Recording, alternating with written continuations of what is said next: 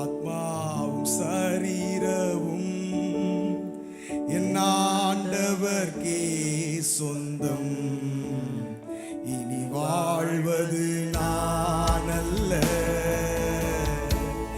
என்னில் இயேசு வாழ்கிறார். சேர்ந்து சொல்லலாம். என் ஆத்மாவும் சரீரமும் என் ஆண்டவர்க்கே சொந்தம். இனி வாழ்வது நான் அல்ல,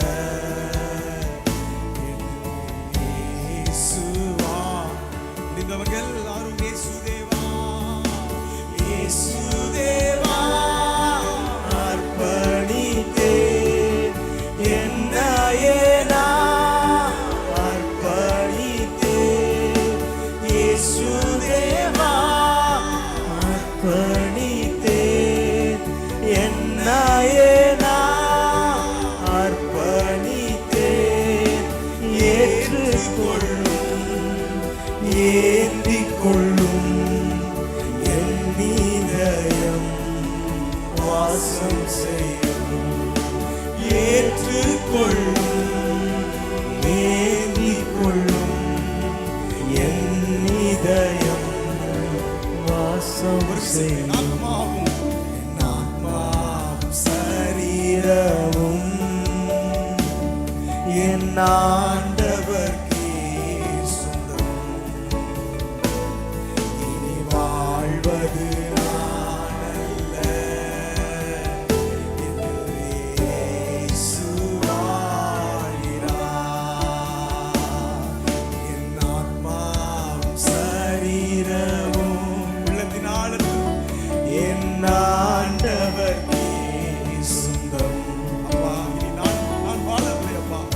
எனக்குள் ஆவியானவர் நீர் வாழ்கிறீர். ஹல்லேலூயா.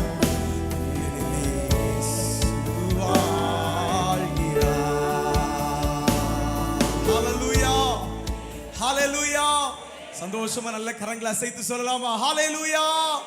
கர்த்தர் நல்லவர். ஹல்லேலூயா. இந்த நாளிலும் கர்த்தருடைய வார்த்தைக்காக உங்கள் முன்னாய் ஆண்டவரை நிறுத்தி இருக்கிறதற்காக ஆண்டவரை நான் ஸ்தோத்தரிக்கிறேன். இந்த தினத்தின் நம்முடைய தியானத்திற்காக நாம் எடுத்துக்கொள்கிற தலைப்பு என்ன அப்படின்னு பார்த்தீங்கன்னா, ஆத்துமா பாதுகாக்கப்பட வேண்டும். எழுதுறவங்க நீங்க எழுதிக்கோங்க. ஆத்துமா பாதுகாக்கப்பட வேண்டும், அல்ல பாதுகாக்கப்பட வேண்டிய ஆத்துமா. ஆமென். ஆத்துமா பாதுகாக்கப்பட வேண்டும் அல்லது பாதுகாக்கப்பட வேண்டிய ஆத்துமா. இதுதான் நம்முடைய செய்தியின் தலைப்பு. நம்முடைய செய்தியின் ஆதாரத்துக்காக சங்கீதம் 66வது சங்கீதம் அதனுடைய 9வது வசனத்தை முதலாவது வாசிக்க கேட்போம். அவர் நம்முடைய கால்களை தள்ளாட ஒட்டாமல் நம்முடைய ஆத்துமாவை உயிரோடே வைக்கிறார். இந்த வசனத்தை நீங்க நல்லா கவனிக்கணும். அவர் நம்முடைய கால்களை தள்ளாட ஒட்டாமல் நம்முடைய ஆத்துமாவை உயிரோட வைக்கிறார். இந்த சங்கீதம் யார் எழுதினது அப்படின்னு குறிப்பிடப்படவில்லை. ஆனால் வேத வல்லுநர்கள் என்ன சொல்றாங்க அப்படின்னா, இதனுடைய ரைட்டிங் ஸ்டைல், இதை எழுதியிருக்கிற முறைமையை வைத்து பார்க்கும்போது இதை தாவீது எழுதியிருக்க வேண்டும் என்று அவர்கள் கணிக்கிறார்கள். இதை தாவீது எழுதியிருக்க வேண்டும் என்று அவர்கள் கணிக்கிறார்கள். எல்லா வேத அந்த சங்கீத பகுதிகளுக்கும் மேல யார் எழுதியிருக்கிறா அப்படின்னு போட்டிருக்கோம். ஆனா இதுல யார் எழுதியிருக்கிறாங்க அப்படின்னு போட்டிருக்க மாட்டாங்க. இதை எழுதியிருக்கிற அந்த முறைமையை பார்த்து அதை எப்படி எழுதியிருக்கிறாங்க, இதனுடைய ஸ்டைல், ரிட்டன் ஸ்டைல் எப்படி இருக்குங்கிறத வைத்து வேத வல்லுநர்கள் கணிக்கிறது இதை தாவீது எழுதியிருக்கலாம் என்று கணிக்கிறார்கள்.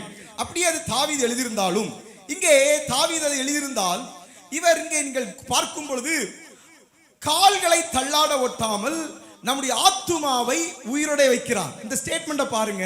கால்களை தள்ளாட ஒட்டாமல் நம்முடைய ஆத்துமாவை உயிரோட வைக்கிறார். இங்க நீங்க நல்லா கவனிக்கும் போது கால் சரீரத்தை குறிக்கிறது. சரீரத்தின் ஒரு பாகம் தான் என்னது? கால்.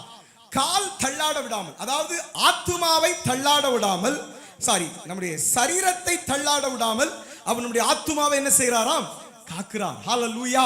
சரீரத்தை தள்ளாட விடாமல் ஆத்துமாவை காக்கிறார். நமக்கு எல்லாருக்கும் தெரிந்த ஒரு விஷயம், ஒரு மனிதனுடைய சரீரம் ஆவி, ஆத்துமா, சரீரம் மூன்றாக இருக்கிறது. ஆவி, ஆத்துமா, சரீரம்.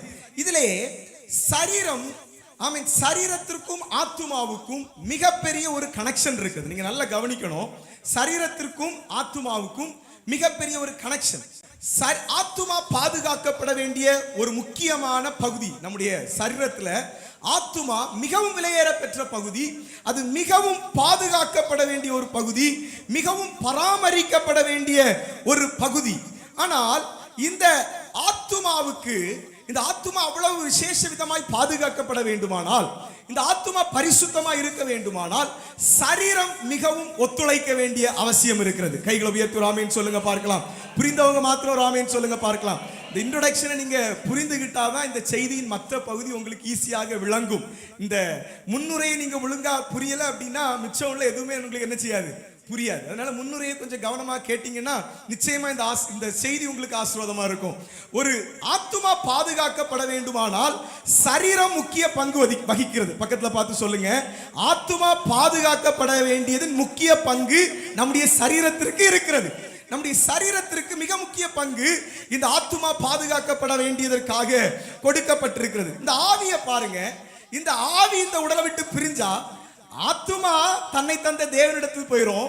சரீரம் எங்க போயிரும் பாத்தீங்கன்னா 6 அடி குண்டுக்குள்ள போயிரும். சரீரத்தை கொண்டு எந்த பிரயோஜனமும் கிடையாது. இந்த ஆத்துமா எங்க போயிருக்கும்னா இது தேவனுடைய கரத்தில் போய் பரதீசில் இருக்கும்.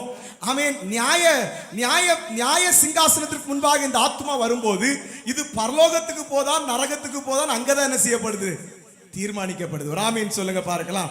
இப்போ நல்லா கவனிக்கணும், இந்த ஆத்துமாவை நீங்க நல்லா பராமரிச்சு பாதுகாத்தீங்கன்னா தான் ஒரு நாள் இது எங்க போய் சேரும், பரலோகத்துக்கு போய் சேரும். இப்போ இந்த ஆத்துமா நல்லா பராமரிக்கப்படணும்னா நம்ம சரீரத்திற்கு 100க்கு 100 என்ன இருக்குது, பொறுப்பு இருக்குது, கடமை இருக்குது. அதனாலதான் இந்த சங்கீதக்காரர் அழகா சொல்றாரு பாருங்க, அவர் நம்முடைய கால்களை, அதாவது நம்முடைய சரீரத்தை தள்ளாட விடாமல் நம்முடைய ஆத்துமாவை உயிரோட வைக்கிறார். கர்த்தர் நமக்கு கிருபை தருவார். நம்முடைய ஆத்துமாவை அவன் உயிரோட வைக்கிறதற்கு நம்முடைய சரீரத்தை அவர் தள்ளாட விட மாட்டார். விசுவாசிக்கிறவங்க கைகளை உயர்த்தி ஒரு ஆமேன் சொல்லுங்க பார்க்கலாம். ஹல்லேலூயா.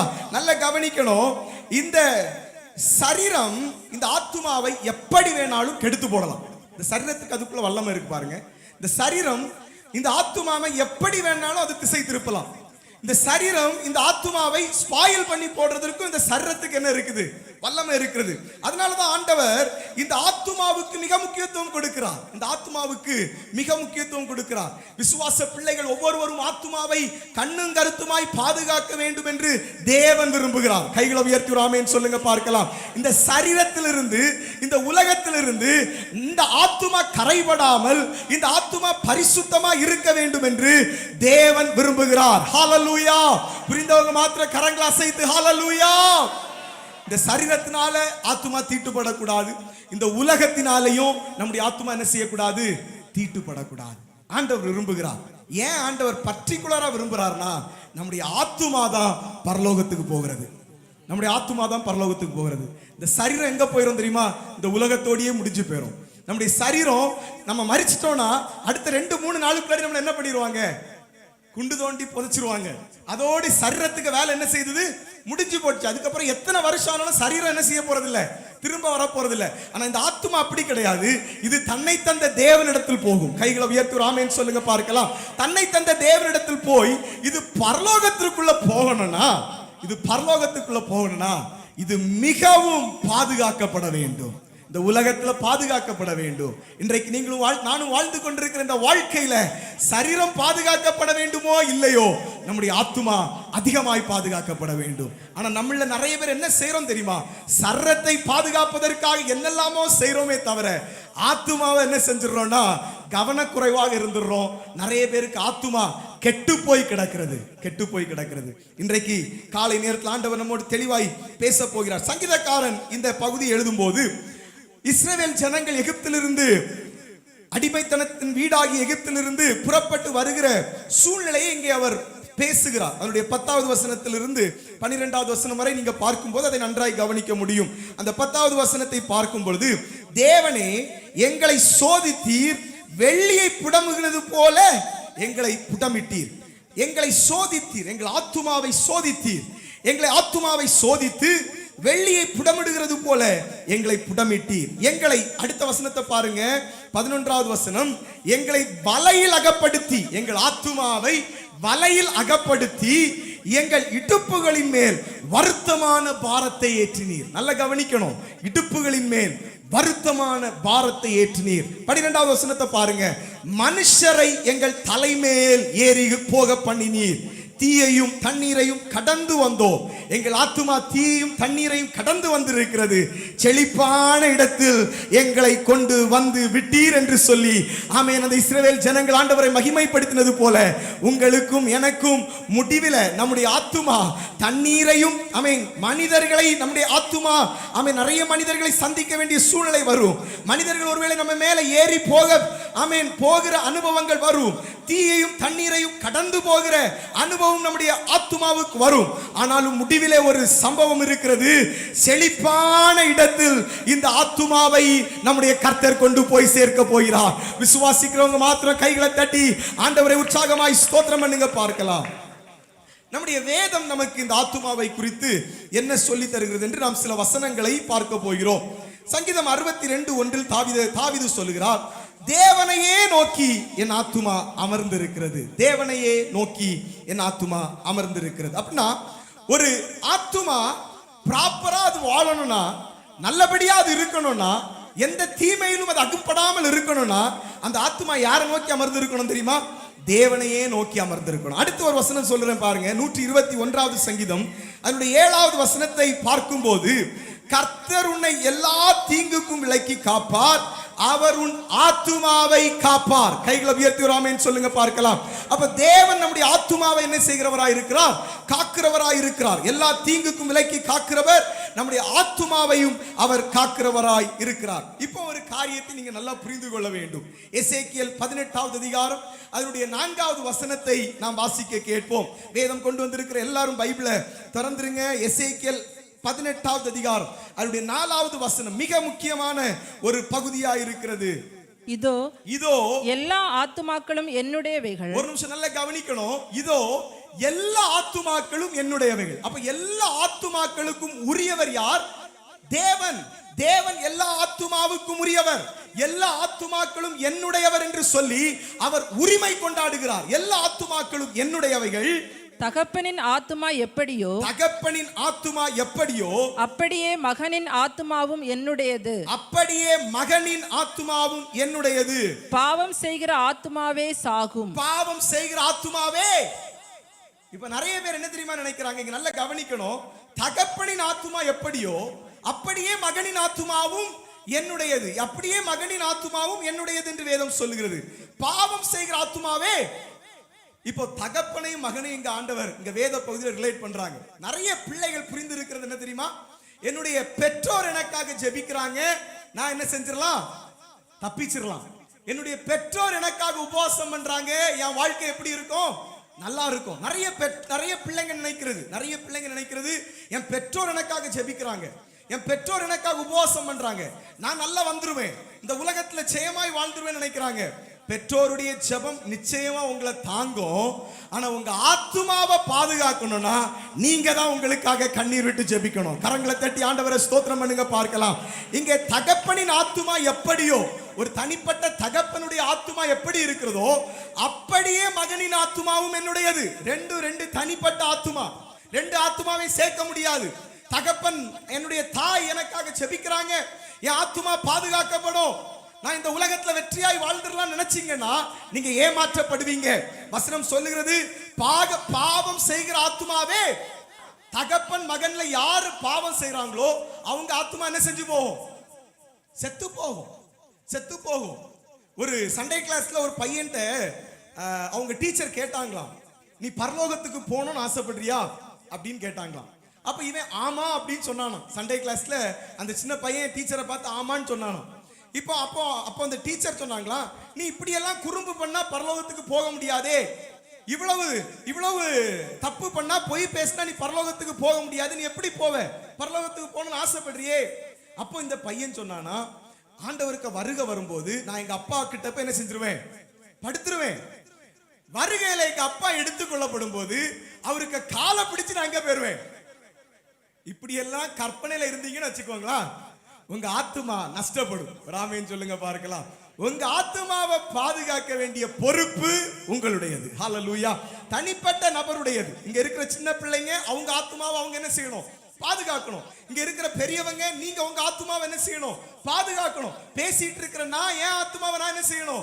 பாதுகாக்கணும். கர்த்தர் கிருபை தருவாராக.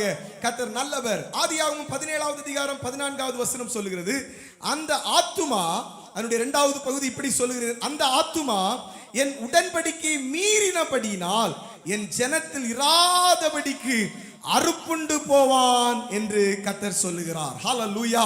அவருடைய உடன்படிக்கை மீறுகிற ஆத்துமாவை கர்த்தர் சிட்சிக்கிறார். அவருடைய உடன்படிக்கை, அவருடைய கட்டளையை மீறி நடக்கிற ஆத்துமாவை கர்த்தர் நேசிப்பதில்லை, கர்த்தர் வெறுக்கிறார்.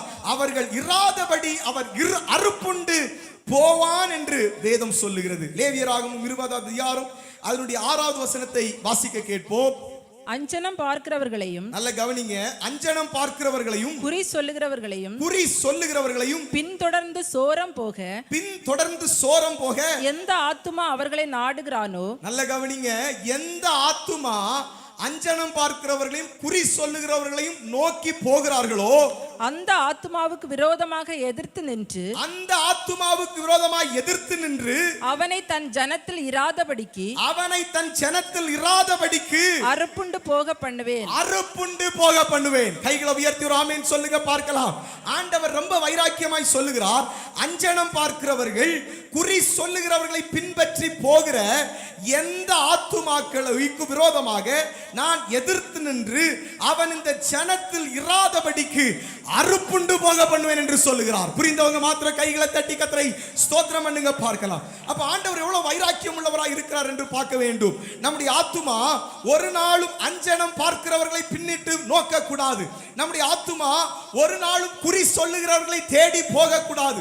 நம்முடைய ஆத்துமா ஒரு நாளும் மந்திரவாதம் செய்கிறவர்களை நோக்கி போக கூடாது. நம்முடைய ஆத்துமா ஒரு நாளும் கர்த்தருக்கு விரோதமாய் செயல்படுகிற மனிதர்களை நோக்கி போக கூடாது. அப்படி நம்முடைய ஆத்துமா போகுமானால் நம்முடைய ஆத்துமா இந்த ஜனத்தில் இராதபடிக்கு அறுப்புண்டு போகப்படும் என்று வேதம் நமக்கு சொல்லி தருகிறது. புரிந்தவங்க கைகளை உயர்த்தி ஹல்லேலூயா. இப்ப நம்முடைய விசுவாசிகள் நிறைய பேர் குறி சொல்றதுக்கும் இதுக்கெல்லாம் போக மாட்டாங்க. ஆனா நிறைய பேர் எங்க தெரியுமா போவாங்க? தீர்க்க தரிசனம் கேட்கறதுக்கு ஓடோடி போவாங்க. தீர்க்க தரிசனம் ஆமென் சரியா ஒரு நபர் சொல்லாட்டா, தீர்க்க தரிசனம் சொல்ற மனுஷன் வேற ஆவி உடையவனாய் சொல்லிட்டு இருந்தா, நீங்க அங்க போய் அந்த மனுஷனை பாத்தீங்கன்னா கூட நீங்க யாரை பார்க்கிறதுக்கு ஈக்குவல் ஆயிரும் தெரியுமா? இந்த குறி சொல்லுகிறவர்களை பார்க்கிறதுக்கு ஈக்குவல் ஆயிரும். புரிஞ்சவங்க ஆமென் சொல்லுங்க பார்க்கலாம். எந்த மனுஷன்டையும் போய் தீர்க்க தரிசனம் கேட்கறதுக்கு நம்முடைய ஆத்துமா என்ன செய்யக்கூடாது? போகக்கூடாது. நம்முடைய ஆத்துமா தேவனையே சார்ந்து இருக்கணும். சில காரியங்களை ஏன் நம்முடைய ஆத்துமா அழிந்து போகிறது? எதனால் நம்முடைய ஆத்துமா ஆமென் அது தேவனுடைய ராஜ்யத்திற்குள் போக முடியாமல் தன்னுடைய ஆமென் அந்த இழப்பை சந்திக்கிறது என்று நாம் பார்க்கும் பொழுது, தேவனை அறியும் அறிவை பற்றி கொண்டிருக்க மனதில்லாமல் இருக்கிற ஆத்துமா சாகும். சொல்லுங்க பார்க்கலாம். தேவனை அறியும் அறிவை பற்றி கொண்டிருக்கிற மனதில்லாமல் இருக்கிற ஆத்துமா என்ன செய்யும்? சாகும். நல்ல கவனிக்கணும். இது ஒரு முதல் பாயிண்ட். 2 பாயிண்ட் நான் இன்றைக்கு எடுத்திருக்கிறேன். முதல் பாயிண்ட், தேவனை அறியும் அறிவை பற்றி இருக்க மனதில்லாமல் இருக்கிற ஆத்துமா சாகும். எடுத்து வாசிப்போம். ரோமர் 1வது அதிகாரம் அதனுடைய 28வது வசனத்திலிருந்து நீங்க பார்க்கும்போது, தேவனை அறிவும் அறிவை பற்றி கொண்டிருக்க அவர்களுக்கு மனதில்லாத இருந்தபடியினால் தகாதவைகளை செய்யும்படி தேவன் அவர்களை கேடான சிந்தைக்கு ஒப்பு கொடுத்தார். ஹல்லேலூயா. தேவனை அறியும் அறிவு அவருக்குள் குறைந்ததினால, ஜனங்களுக்குள் தேவனை அறியும் அறிவு ஆமென் அவர்களுக்குள் இல்லாததினால தேவனே அவர்களை எங்க ஒப்பு கொடுக்கிறார்னா தகாதவைகளை செய்ய ஒப்பு கொடுக்கிறாராம். 29வது வசனத்தை பாருங்க. அவர்கள் சகலவித அநியாயத்திலும் வேசித்தனத்திலும் துரோகத்திலும் பொருள் ஆசையிலும் குரோதத்தினாலும் நிறையப்பட்டு பொறாமையினாலும் கொலையினாலும் வாக்குவாதத்தினாலும் வஞ்சனையினாலும் வன்மத்தினாலும் நிறைந்தவர்களானார்களாம். ஹல்லேலூயா. நல்ல கவனிக்கணும். தேவனை அறிகிற அறிவு இல்லாதவருடைய இருதயம் எப்படி இருக்கும்னா, தேவனை அறிகிற அறிவு இல்லாதவருடைய இருதயம் எப்படி இருக்கும்னா, அவங்க அநியாயம் செய்கிறவர்களா இருப்பாங்க. தேவனை அறிகிற அறிவில்லாத மனிதன் எப்படி இருப்பான்னா, அவன் வேசித்தனம் செய்கிறவனாய் இருப்பான். தேவனை அறிகிற அறிவில்லாத மனுஷன் எப்படி இருப்பான்னா அவன் துரோகம் செய்கிறவனாய் இருப்பான். தேவனை அறிகிற அறிவில்லாத மனம் உள்ள மனிதன் எப்படி இருப்பான்னா அவன் பொருளாசை உள்ளவனாய் இருப்பான். நல்ல கவனிக்கணும், பொருளாசை. அவனுக்கு ஒரு நாளும் திருப்தி இருக்காது. எதை பார்த்தாலும் பொருளாசை, எங்க பார்த்தாலும் பொருளாசை, எந்த ஊருக்கு போனாலும் எந்த தேசத்துக்கு போனாலும் பொருளாசை. ஒரு தேவனை அறிகிற அறிவுள்ள மனுஷன் பொருளாசையை விட்டு விலகி இருப்பான். தேவனை அறிகிற அறிவுள்ள மனுஷன் அவன் துரோகத்தை விட்டு விலகி இருப்பான், வேசித்தனத்தை விட்டு விலகி இருப்பான், அநியாயத்தை விட்டு விலகி இருப்பான், குரோதத்தை விட்டு விலகி இருப்பான், பொறாமையை விட்டு விலகி இருப்பான். நிறைய குடும்பங்கள் அழிக்கப்பட்டு போவதற்கு காரணமே பொறாமை. ஒரு குடும்பத்திற்குள் பொறாமை வந்துவிட்டால் அந்த குடும்பம் அதற்கு மேல ஆசீர்வாதமே இருக்க முடியாது. புரிந்தவங்க மாத்திரம் கைகளை உயர்த்து ஆமென் சொல்லுங்க பார்க்கலாம். பொறாமை உள்ள ஒரு மனுஷன் இன்னும் தேவனை அறிய வேண்டிய விதத்தில் என்ன செய்யல? அறியல. இன்னும் தேவனை புரிந்து கொள்ள வேண்டிய விதத்தில் என்ன செய்யல? புரியல. பொறாமை. அடுத்து பாருங்க, கொலைனாலும் வாக்கு. இங்க இருக்கிற நம்ம கொலை செய்ய மாட்டோம், ஆனா இதுக்கு முன்னாடி சொன்ன நிறைய காரியங்களை நம்ம செய்கிறதற்கு வாய்ப்பு இருக்கு. நீங்க தேவனை அறியவில்லை அப்படிங்கிறதற்கு குறிப்பிட்டு நீங்க சொல்லணும். இப்ப வாசிக்கிற ஏதாவது ஒன்று உங்க வாழ்க்கையில இருக்குன்னா நீங்க இன்னும் என்ன செய்யல? தேவனை அறிய வேண்டிய விதத்தில் என்ன செய்யல? அறியல. நீங்க இன்னும் தேவனை அறிய வேண்டிய பிரகாரம் நீங்க இன்னும் அறியல. தேவனை அறிகிற விதத்தில் அறியாத மனிதர்களுடைய இருதயத்தில் தான் நான் சொன்ன இத்தனை காரியங்கள் இருக்கும். இன்னும் இந்த லிஸ்ட் பெருசா போகுது பாருங்க. அடுத்து சொல்லப்பட்டிருக்கிறது வாக்குவாதத்தினாலும். அப்ப நல்லா புரிந்து கொள்ளணும், விசுவாசிகளுக்கு இருக்கிற அநேகர் நாம் என்ன செய்வோம்னா சர்வ சாதாரணமா என்ன பண்ணுவோம்? நல்ல பேசுங்களா கொஞ்சம், நம்ம பண்றது தானே. நம்ம என்ன பண்ணுவோம்? வாக்குவாதம் பண்ணுவோம். நான் உட்பட சில நேரத்தில் நம்ம என்ன செய்வோம்? வாக்குவாதம் பண்றோம். ஆனா ஆண்டவரை அறிய வேண்டிய விதத்தில் ஒரு ஆத்துமா அறிந்தால் அந்த ஆத்துமா என்ன செய்யாது? வாக்குவாதம் பண்ணாது. வாக்குவாதம் பண்ணாது. நீங்களும் நானும் நல்ல ரியலைஸ் பண்ணணும், நல்ல ஒரு விஷயம் புரிந்து அதை யோசித்து பார்க்க வேண்டும். தேவனை அறிய வேண்டிய விதத்தில் நம்முடைய ஆத்துமா அறிந்திருக்கிறதா? நீங்களும் நானும் வாக்குவாதம் பண்ணுவதற்கு கூட நமக்கு என்னது கிடையாது? அதிகாரம் கிடையாது. வாக்குவாதம் பண்ணுவதற்கு கூட நமக்கு என்ன கிடையாது? ரைட்ஸ் கிடையாது, அதிகாரம் கிடையாது. அடுத்து பாருங்க, வஞ்சகத்தினாலும் வன்மத்தினாலும். இது ஏதாவது உங்க வாழ்க்கையில் இருக்குன்னா இன்றைக்கு எடுத்து போட்டுறணும். உங்க ஆத்துமா விலையேற பெற்ற ஆத்துமா. இது ஏதாவது ஒண்ணு உங்க வாழ்க்கையில் இருந்துன்னா உங்க ஆத்துமா பரலோகத்திற்கு போக முடியாது. புரிந்தவங்க கைகளை உயர்த்தி ஆமென் சொல்லுங்க பார்க்கலாம். இன்னும் ஒருபடி மேல சொல்லணும்னா இன்னும் தேவனை நீங்க அறிய வேண்டிய விதத்துல என்ன செய்யல? அறியல. நீங்க தேவனை அறிய வேண்டிய விதத்தில் அறிஞ்சீங்கன்னா இப்பொழுது நாம் வாசித்த இத்தனை காரியங்கள் உங்க வாழ்க்கையில் என்ன செய்யாது? இருக்காது, வராது. உங்க வாழ்க்கையில் இருக்குதுனாலே நீங்க புரிந்து கொள்ளணும், இன்னும் நான் என்ன செய்யல? தேவனை அறிய வேண்டிய விதத்துல அறியல. அடுத்து பாருங்க, 30வது வசனத்தை பாருங்க. புறம் கூறுகிறவர்களாயுமாய். புறம் கூறுகிற அனுபவம். புறம் கூறுகிறதுனா என்ன? ஒருத்தரை பத்தி இன்னொரு ஆள்கிட்ட பேசுறது. ஒருத்தரை பற்றி பேசினா பிரச்சனை இல்ல, ஒருத்தரை பற்றி தவறாய் பேசுகிறது தான் என்னது? ஒருத்தரை பற்றி நம்ம பேசுறது தப்பு கிடையாது. ஒருத்தரை பற்றி தவறாய் இன்னொரு ஆள்கிட்ட போய் பேசுகிறதற்கு பொருள் தான் என்னது? புறம் கூறுதல். புறம் கூறுதல். எத்தனை பேருக்கு அந்த சுபாவம் இருக்கு? புறம் கூறுகிற அனுபவம். நீங்க புறம் கூறி கொண்டிருக்கிறீங்கன்னா இன்னும் உங்க ஆத்துமா தேவனை அறிய வேண்டிய விதத்தில் என்ன செய்யல? அன்பு கர்த்தருடைய பிள்ளைகளே, நாம் ரட்சிக்கப்பட்டிருக்கிறோம் என்று சொல்லுகிறோம், தேவனை ஆராதிக்கிறோம் என்று சொல்லுகிறோம், கர்த்தரை தேடி ஒவ்வொரு நாளும், இன்னும் சொல்ல போனா 744 மணி நேர ஜெபத்துல நானும் ஒரு ஜெப வீரனாய் ஜெபித்துக் கொண்டிருக்கிறேன் என்று சொல்லலாம். ஆனா நம்முடைய ஆத்துமா தேவனை அறிகிற அறிவில் வளர்ந்து இருக்கிறதா? நம்முடைய ஆத்துமாவில இப்படிப்பட்ட சுபாவம் இருக்குதா? கொஞ்சம் அனலைஸ் பண்ணி பாருங்க. நான் வாசிக்கிற அந்த பகுதிகளை அப்படியே ஃபாலோ பண்ணி பாருங்க. புறம் கூறுகிற அனுபவம் நமக்குள் இருக்க கூடாது. தேவன் வெறுக்கிற ஒரு காரியம் புறம் கூறுகிற அனுபவம். அடுத்து பாருங்க, அவதூறு பண்ணுகிறவர்களுமாய். அவதூறு பண்ணுங்க. யாருக்காவது அப்படிப்பட்ட சுபாவங்கள் இருக்குமானால் அவதூறு பரப்புகிற ஒரு சுபாவம் படைத்த மனிதனாய் நீங்கள் இதற்குள் உட்கார்ந்து இருப்பீங்கன்னா இன்னும் நீங்க தேவனை அறிய வேண்டிய விதத்தில் என்ன செய்யல? அறியல. பிரியமானவர்களே, தேவ பகஞருமாய். தேவ பகஞருமாய். இதை பற்றி சொல்லலாம், நிறைய சொல்லலாம். நல்லவர்கள் போலதான் சபைக்குள்ள இருப்பாங்க, ஆனா தேவனுக்கே இவங்க என்ன செஞ்சிட்டு இருப்பாங்கன்னா துரோகம் பண்ணி கொண்டிருப்பாங்க. தேவ பகஞருமாய். சபைக்குள்ள இருக்கிறவங்க தான் ஆத்துமாக்கள் இடறுவதற்கு காரணமாய் சபைக்குள்ளே இருந்து செயல்படுகிற மனிதர்கள் தேவ பகஞர்கள். இவர்கள் நல்ல புரிந்து கொள்ளணும். கர்த்தர் சில வார்த்தைகளை பேசும்போது ஆமென், உங்களுக்கு நேராய் கர்த்தருடைய வார்த்தை வருமானால் இந்த வார்த்தையை பெற்றுக்கொள்ளுங்க. உங்க வாழ்க்கையை மாற்றுங்க. உங்க ஆத்துமா பிழைக்கும். நீங்கள் பரலோக ராஜ்யத்திற்குள் போகலாம். விசுவாசிக்கிறவங்க கைகளை உயர்த்தி ஒரு ஆமென் சொல்லுங்க பார்க்கலாம். தேவ பகைஞருமாய், அடுத்து துரோகிதம் பண்ணுகிறவருமாய், அகந்தை உள்ளவருமாய், வீம்புக்காரருமாய், பொல்லாதவைகளை யோசித்து பிணைக்கிறவர்களுமாய். இதெல்லாம் நான் எக்ஸ்பிளைன் பண்ணா நேரம் போயிரும் பாருங்க. இன்னும் 2 ஹெட்டிங் நம்ம பார்க்க வேண்டி இருக்கிறது.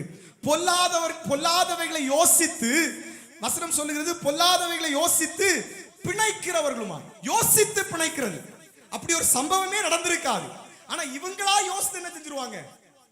யோசித்து அடிச்சு விட்டுருவாங்க. நடந்தது போலயே பேசிடுவாங்க. கர்த்தர் இந்த ஆத்துமாவை வெறுக்கிறார். கர்த்தர் இந்த ஆத்துமாவை வெறுக்கிறார். நல்ல புரிந்து கொள்ள வேண்டும் கர்த்தருடைய பிள்ளைகளே. ஆமென். பொல்லாதவைகளை யோசித்து பிணைக்கிறவர்கள். அடுத்து கடைசியில பிள்ளைகளுக்கு வசனம் சொல்லப்பட்டிருக்கிறது, பெற்றோருக்கு கீழ்ப்படியாதவர்களுமாய். பெற்றோருக்கு கீழ்ப்படியாதவர்கள் என்னன்னா, இன்னும் உங்க ஆத்துமா தேவனை அறிய வேண்டிய விதத்தில் என்ன செய்யல? புரிந்தவங்க கைகளை உயர்த்தி ஆமென் சொல்லுங்க பார்க்கலாம். உங்க ஆத்துமா இன்னும் தேவனை அறிய வேண்டிய விதத்தில் அறியல. கடைசியாக சில காரியங்கள் 31வது வசனத்துல நீங்க பார்க்கும் போது, உணர்வில்லாதவர்களுமாய், உடன்படிக்கையை மீறுகிறவர்களுமாய், சுவாப அன்பில்லாதவர்கள். அன்பில்லாத மனுஷன் இன்னும் தேவனை அறிய வேண்டிய விதத்தில் என்ன செய்யல? இதெல்லாம் ரட்சிக்கப்பட்ட ஆத்துமாவை பாதுகாக்க வேண்டும் என்று முயற்சி செய்கிற நம் அனைவரும் கடைபிடிக்க வேண்டிய காரியங்களை சொல்லிக் கொண்டிருக்கிறேன். முதல்ல சொன்னேன் பாத்தீங்களா, ஆத்துமா மிகவும் முக்கியம். ஆத்துமா பாதுகாக்கப்பட வேண்டியது நம்முடைய சரீரத்தின் கையில் இருக்கிறது. இதை எல்லாத்தையும் செய்கிறது யாருன்னா நம்முடைய சரீரம். ஆனா பாதிக்கப்படுறது யாருன்னு பாத்தீங்கன்னா ஆத்துமா. நான் வாஸ்த இத்தனை காரியங்களை செய்கிறது சரீரம், ஆனா பாதிக்கப்படுறது ஆத்துமா. நல்ல கவனிக்கணும் பிரியமானவர்களே. இணங்காதவர்களுமா, இணங்கவே மாட்டாங்க, பொருந்தவே மாட்டாங்க. எவ்வளவுதான் நம்ம இறங்கி போனாலும் இணங்குதல் வராத அனுபவம். ஒரு மனுஷ இருதயத்துல இணங்குகிற சுவாபம் இல்லாத மனிதர்கள். நல்லா புரிந்து கொள்ளணும், இன்னும் நீங்க தேவனை அறிய வேண்டிய விதத்தில் அறியவில்லை. கடைசியில பாருங்க, இரக்கம் இல்லாத மனிதர்கள், இரக்கம் இல்லாதவர்கள். இரக்கம் இல்லாதவர்களும் தேவனை அறிய வேண்டிய விதத்தில் என்ன செய்யல? கரங்களை உயர்த்தி சத்தமா ஆமென் சொல்லுங்க பார்க்கலாம். இன்னும் நல்ல கைகளை உயர்த்தி ஹalleluya. அன்பு கர்த்தருடைய பிள்ளைகளே, ரோமர் 1வது அதிகாரம் அதனுடைய 28வது வசனம் சொல்லுகிறது, சேம் இந்த காரியங்கள் தான். ஆமென். இப்படிப்பட்டவைகளை செய்கிறவர்கள் மரணத்திற்கு பாத்திரவான்களா இருக்கிறாங்களா? எப்படிப்பட்டவர்களை செய்கிறவங்க? நான் இப்ப வாஸ்த இத்தனை காரியங்களும் செய்கிறவங்க மரணத்திற்கு பாத்திரவான்களா இருக்கிறாங்களா? மரணம்னா சரீர மரணம் இல்ல, ஆத்துமா மரணம் அடையும். உங்க ஆத்துமா மரணம் அடையும். உங்க மரணம் எங்க சம்பவிக்கும்னா உங்க ஆத்துமாவில் சம்பவிக்கும். ஆமென். 2 பேதுரு 1வது அதிகாரம் 2வது வசனம் சொல்லுகிற தேவனை அறிகிற அறிவு என்றால் என்ன என்பதை சிறிது நேரம் நாம் பார்க்க போகிறோம். தேவனையும் நம்முடைய கர்த்தராகிய இயேசு கிறிஸ்துவையும் அறிகிற அறிவினால் உங்களுக்கு சமாதானம் பெருக கடவது. 2 பேதுரு 1வது அதிகாரம் 3வது வசனத்தை வாசிக்க கேட்போம். தம்முடைய மகிமையினாலும், நல்ல கவனிக்கணும், தம்முடைய மகிமையினாலும் காருண்யத்தினாலும் நம்மை அழைத்தவரை, காருண்யத்தினாலும் நம்மை அழைத்தவரை அறிகிற அறிவினாலே, அறிகிற அறிவினாலே ஜீவனுக்கும் ஜீவனுக்கும் தேவ பக்திக்கும் வேண்டிய யாவற்றையும், தேவ பக்திக்கு வேண்டிய யாவற்றையும் அவருடைய திவ்ய வல்லமையானது, அவருடைய திவ்ய வல்லமையானது நமக்கு தந்தருளினதும் அன்றி, நமக்கு தந்தருளினதும் அன்றி. நல்ல கவனிக்கணும், இங்கே தேவனை அறிகிற அறிவை குறித்து நாம் பார்க்கிறோம். இங்கே இந்த 2 பேதுரு 1வது அதிகாரம் 3வது வசனத்துல திவ்ய வல்லமை என்கிற ஒரு அதிகாரம் நமக்கு கொடுக்கப்பட்டிருக்கிறது. கைகளை உயர்த்தி ஆமென் சொல்லுங்க பார்க்கலாம். நல்ல கவனிக்க வேண்டும், திவ்ய வல்லமை ஒன்று நமக்கு கொடுக்கப்பட்டிருக்கிறது. அது என்ன திவ்ய வல்லமை? யாருக்காவது சொல்ல முடியுமா? திவ்ய வல்லமை விசேஷித்தமான ஒரு வல்லமை, அது என்ன அப்படிங்கிறது சொல்ல முடியுமா? திவ்ய வல்லமை. ரட்சிக்கப்பட்ட ஒவ்வொரு ஆத்துமாக்களுக்கும் ஒரு திவ்ய வல்லமை கொடுக்கப்பட்டிருக்கிறது. அது என்ன வல்லமை அப்படிங்கிறதை பார்க்க வேண்டுமானால் 4வது வசனத்தை வாசிக்க கேட்போம். இச்சையினால் உலகத்தில் உண்டான கேட்டுக்கு தப்பி, இச்சையினால் உலகத்தில் உண்டான கேட்டுக்கு தப்பி திவ்ய சுபாவத்துக்கு பங்குள்ளவர்கள் ஆகும் பொருட்டு. நல்ல கவனிங்க, திவ்ய வல்லமை என்றால் திவ்ய சுபாவம். கைகளை உயர்த்தி ஆமென் சொல்லுங்க பார்க்கலாம். புரிந்தவங்க மாத்திரம் நல்ல கரங்களை உயர்த்தி ஹalleluya. திவ்ய வல்லமை வேற ஒண்ணும் இல்ல பாருங்க, திவ்ய சுபாவம். 1 பேதுருல பவுல் தெளிவாய் சபைக்கு எழுதுகிறார், திவ்ய சுபாவம். தேவனை அறிகிற அறிவு வேற ஒண்ணுமே இல்ல, திவ்ய சுபாவம். திவ்ய சுவாபம் தான் தேவனை அறிகிற அறிவு. நீங்க தேவனை அறிந்திருக்கிறேன், பைபிள் ஃபுல்லா எனக்கு தெரியும், பைபிளை 10 முறை வாசித்திருக்கிறேன் சொல்லியும் இந்த திவ்ய சுவாபம் உங்களுக்குள்ள இல்லைன்னா இன்னும் நீங்க என்ன செய்யல? தேவனை அறியவில்லை. கைகளை உயர்த்தி ஒரு ஆமென் சொல்லுங்க பார்க்கலாம். புரிந்தவங்க மாத்திரம் கைகளை தட்டி உற்சாகமாய் ஆண்டவரை ஸ்தோத்திரம் பண்ணி மகிமைப்படுத்துங்க. கர்த்தர் நல்லவர். திவ்ய சுவாபம், இந்த திவ்ய சுவாபம் என்ன என்கிறதை நாம் பார்க்கிறதுக்கு முன்பாடி ஒரு காரியத்தை நான் சொல்றேன் பாருங்க. இந்த திவ்ய சுவாபம் இன்றைக்கு உங்களுக்கும் எனக்குள்ளும் வர வேண்டும். இந்த திவ்ய சுவாபம் நமக்குள்ள இல்லைன்னா இன்னும் நீங்க தேவனை அறிய வேண்டிய விதத்தில் என்ன செய்யல? அறியல. தேவனை அறிந்திருக்கிறேன் சொல்லி உங்க ஆத்துமாவை நீங்க என்ன செஞ்சிட்டு இருக்கிறீங்கன்னா நீங்களே வஞ்சித்துட்டு இருக்கிறீங்க. உங்க ஆத்துமாவுக்கு நீங்களே துரோகம் பண்ணிட்டு இருக்கிறீங்க. தேவனை அறிந்திருக்கிறேன் சொல்லியும் இன்னும் உங்கள்கிட்ட திவ்ய சுவாபம் இல்லைன்னா நீங்க இன்னும் தேவனை அறிய வேண்டிய பிரகாரம் அறியவில்லை. திவ்ய சுவாபம் 2 பேதுரு 1வது அதிகாரம் 5வது வசனத்திலிருந்து 10வது வசனம் வரை நீங்க பார்க்கும்போது விசுவாசம் ஒரு திவ்ய சுவாபம். எழுதுறவங்க எழுதிக் கொள்ளுங்க. முதலாவது விசுவாசம் ஒரு திவ்ய சுவாபம். 2வது தைரியம் ஒரு திவ்ய சுவாபம். 3வது ஞானம் ஒரு திவ்ய சுவாபம். 4வது இச்சையடக்கம் ஒரு திவ்ய சுவாபம். 5வது பொறுமை ஒரு திவ்ய சுவாபம்.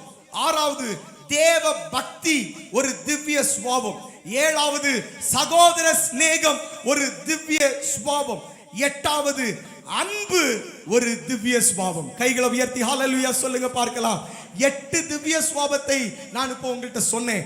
அதனுடைய ஆமென் 2 பேதுரு 1லிருந்து 5 வரை வாசிக்கும் போது முதல் 3 வசனங்களுக்குள்ளே இந்த காரியங்கள் கொடுக்கப்பட்டிருக்கிறது. முதல் 2 வசனங்களுக்குள்ளே 1 விசுவாசம், 2 தைரியம், 3 ஞானம், 4 இச்சையடக்கம், 5 பொறுமை, 6 தேவபக்தி, 7 சகோதர சிநேகம், 8 அன்பு. இந்த 8 காரியங்களும் திவ்ய சுவாபம். திவ்ய சுவாபம் போட்டு கீழே இவ்வளத்தை எழுதி வைங்க. இந்த திவ்ய சுவாபம் உங்களுக்குள்ள இருக்குமானால் நீங்கள் தேவனை அறிய வேண்டிய விதத்தில் என்ன செஞ்சிருக்கிறீங்க? அறிந்திருக்கிறீங்க. திவ்ய சுவாபம் வேற ஒண்ணும் இல்ல. திவ்ய வல்லமை வேற ஒண்ணும் இல்ல. திவ்ய வல்லமைன்னா திவ்ய சுவாபம். திவ்ய சுவாபம்னா இந்த 8 காரியங்கள். அதனுடைய 4வது வசனத்தை பார்த்தீங்கன்னா இவைகள் உங்களுக்குள் உண்டாயிருந்து பெருகினால் உங்களை நம்முடைய கர்த்தராகிய இயேசுவை அறிகிற அறிவினே வீணரும் கனியற்றவர்களுமாய் இருக்க ஒட்டாது என்று வேதம் சொல்லுகிறது. நல்ல கைகளை உயர்த்தி ஒரு ஆமென் சொல்லுங்க பார்க்கலாம். நான் வாசித்த இந்த 8 காரியங்களும் உங்களுக்குள் இருக்குமானால் அதனுடைய 4வது வசனத்தை நம்ம எல்லாரும் சேர்ந்து வாசிக்கலாமா? 3வது வசனத்தை நம்ம எல்லாரும் சேர்ந்து வாசிக்கலாமா? இவைகள் உங்களுக்குள், வாசிக்கிறீங்களா? எல்லாரும் சேர்ந்து வாசிங்க பார்க்கலாம். 2 பேதுரு அதனுடைய 1வது அதிகாரம் அதனுடைய 3வது வசனம் நம்ம எல்லாரும் எடுத்து சேர்ந்து வாசிக்கலாம். 2 பேதுரு 1வது அதிகாரம் 8வது வசனம். இவைகள் உங்களுக்கு உண்டாயிருந்து பெருகினால் உங்களை நம்முடைய கர்த்தராகிய இயேசு கிறிஸ்துவை அறிகிற அறிவினாலே வீணரும் கனியற்றவருமாய் இருக்க ஒட்டாது. இந்த 8 காரியமும் உங்களுக்குள்ள இருக்குமானால் நீங்க வீணரும் கனியற்றவருமாய் என்ன செய்ய மாட்டீங்க? மாறி போக மாட்டீங்க. தேவனை அறிகிற அறிவில் நீங்கள் வளருவீங்க. அடுத்த வசனம் சொல்லப்பட்டிருக்கிறது 9வது வசனம்.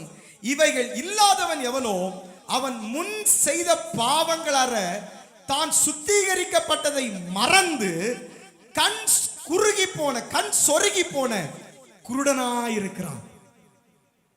இன்னும் சபைக்குள்ள இருந்து உங்களுக்குள்ள இந்த திவ்ய வல்லமை, திவ்ய சுவாபம் இன்னும் உங்களுக்குள்ள இல்லைன்னா நான் சொல்லலை, என்கிட்ட நீங்க யாரும் கோபப்படக்கூடாது.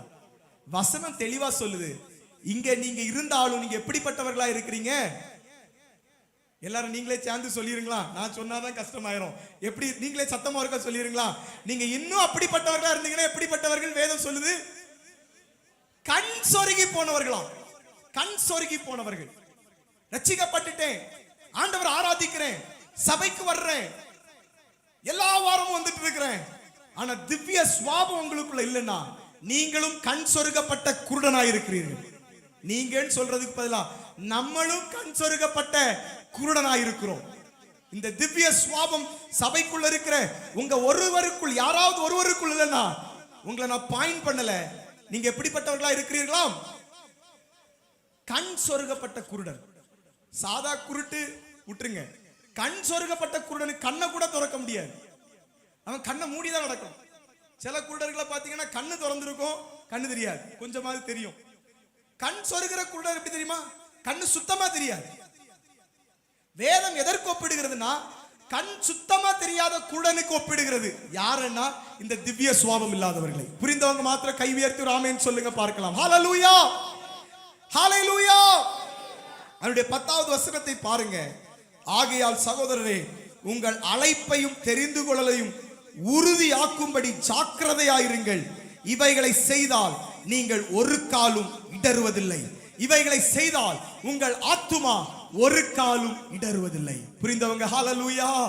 எத்தனை பேருக்கு ஒரு வாஞ்சை இருக்கிறது, இவைகளை நான் செய்ய வேண்டும், இவைகளை நான் செய்ய வேண்டும்.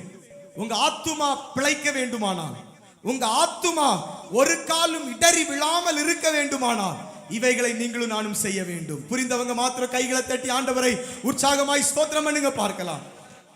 அன்பு கர்த்தருடைய பிள்ளைகளே, நம்முடைய ஆத்துமா இடறி போகாமல் இருக்க இவைகளை நாம் செய்ய வேண்டும். இந்த திவ்ய சுவாபம் நமக்குள் இருக்க வேண்டும். அடுத்து பாருங்க, 2வது காரியம், அவர்கள் போதனை ஏற்க விரும்பவில்லை.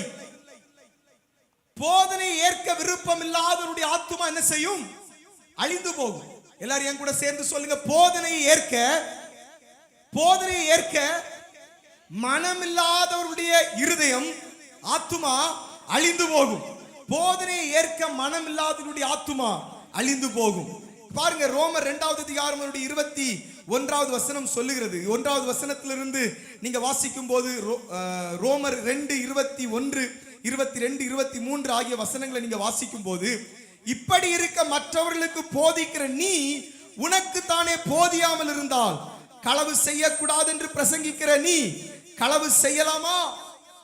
மற்றவர்களுக்கு நாம் போதிக்கிறோம், மற்றவர்கள்ட்ட நம்ம பேசுறோம், ஆனா நம்முடைய வாழ்க்கையில இந்த வார்த்தைகளை என்ன செய்கிறது இல்ல, எடுத்துக்கொள்வதில்லை.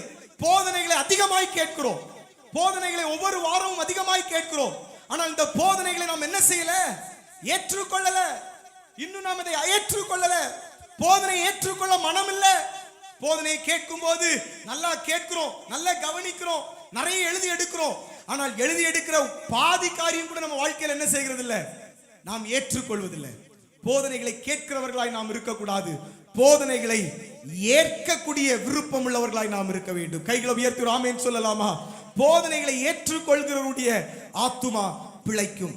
விபச்சாரம் செய்யக்கூடாது என்று சொல்லுகிற நீ விபச்சாரம் செய்யலாமா? வேதத்துல சொல்லப்பட்டிருக்கிறது, விபச்சாரம் செய்யக்கூடாது நீ சொல்ற, ஆனா நீயே விபச்சாரம் செய்யலாமா? கொஞ்சம் யோசித்து பார்க்கணும். போதனையை ஏற்றுக்கொள்ள மனம் இல்லாதவர்கள், தெரியும் போதனை என்னன்னு தெரியும், ஆனா அதை ஏற்றுக்கொள்ள மனம் இல்லாதவர்கள், விபச்சாரம் செய்யக்கூடாதுன்னு தெரியும் ஆனாலும் என்ன செய்கிறது, விபச்சாரம் செய்கிறது. போதனையை காதார கேட்ட மனிதர்கள், விபச்சாரம் செய்யக்கூடாது என்று காதார கேட்டவர்கள், நல்ல தெரியும் விபச்சாரம் செய்யக்கூடாது, ஆனா போதனையை ஏற்றுக்கொள்ள மனம் இல்லை. போதனையை கேட்கிறதற்கு மனம் இருக்கிறது, போதனையை ஏற்றுக்கொள்ள மனம் இல்லை. இங்க இருக்கிற நாம் போதனை கேட்கிறவர்களாக அல்ல, போதனையை ஏற்றுக்கொள்கிறவர்களாக இருக்க வேண்டும். கைகளை உயர்த்தி சத்தமா ஆமென் சொல்லுங்க பார்க்கலாம். நீங்க போதனையை ஏற்றுக்கொண்டீங்கன்னா உங்க ஆத்துமா சாகாது. அடுத்து பாருங்க, விக்கிரகங்களை அருவருக்கிற நீ கோயில்களை கொள்ளையிடலாமா? கோயில்களை கொள்ளையிடலாமா? விக்கிரகங்களை அருவருக்கிறோம், ஆனா யாராவது எங்க வீட்டுல இப்படி ஒரு ஃபங்க்ஷன் அல்ல, கோயில்ல வந்துதான் இதை நீங்க பண்ணணும் அப்படின்னு சொன்னா சிலர் எங்கேயும் போய் நிக்கிறாங்க, கோயிலுக்குள்ளே போய் நிக்கிறாங்க. இதை நான் பார்த்து நான் வருத்தப்பட்ட காரியம். கொஞ்ச நாளுக்கு முன்னாடி என் ஸ்டேட்டஸ்ல, வாட்ஸ்அப் ஸ்டேட்டஸ்ல என் ஃப்ரெண்டு, என் கூட ஸ்கூல் படிச்ச பையன், நல்ல கிறிஸ்தவ பையன், அவன் ஒரு திருமணத்துக்குள்ள போய் நிக்கிறான். அது எங்க அந்த திருமணம் நடக்குன்னா பக்காவா ஒரு கோயிலுக்குள்ள வச்சு நடக்குது. இவன் ரட்சிக்கப்பட்ட பையன், இவன் எங்க போய் நிக்கிறான்? இவனுக்கு போதனை நல்லா தெரியும், என்ன தெரியும், விக்கிரக ஆராதனை செய்யக்கூடாது. ஆனா ஆமென், விக்கிரகங்களை அருவருக்கிற நீ, மனசுல விக்கிரகங்கள் அருவ இருக்கிறது, ஆனா தேவைப்பட்ட அங்க போய் என்ன செய்கிறது, உங்க ஆத்துமா செத்து போயிடும், உங்க ஆத்துமா நஷ்டப்பட்டுரும். உங்க ஆத்துமா முக்கியம்னா நீங்க அதை என்ன செய்யக்கூடாது. புரிந்தவங்க மாத்திரம் கைகளை உயர்த்தி சத்தமா ஆமென் சொல்லுங்க பார்க்கலாம். ஹalleluya, ஹalleluya. அடுத்து ரோமர் 2:23வது வசனம் சொல்லுகிறது, நியாயப்பிரமாணத்தை குறித்த மேன்மை பாராட்டுகிற நீ நியாயப்பிரமாணத்தை மீறி தேவனை கனவீனம் பண்ணலாமா? எல்லாம் தெரியுது, போதனை பெற்ற மனிதர்கள், போதனை தெரிந்த மனிதர்கள், நியாயப்பிரமாணத்தை தெரிகிறது, ஆனா நியாயப்பிரமாணத்தை மீறி தேவனை வேதனைப்படுத்துகிற மனிதர்கள். அதனுடைய 15வது அதிகாரம், லேவியராகமம் 26வது அதிகாரம் 15வது வசனத்தை வாசிக்க கேட்போம்.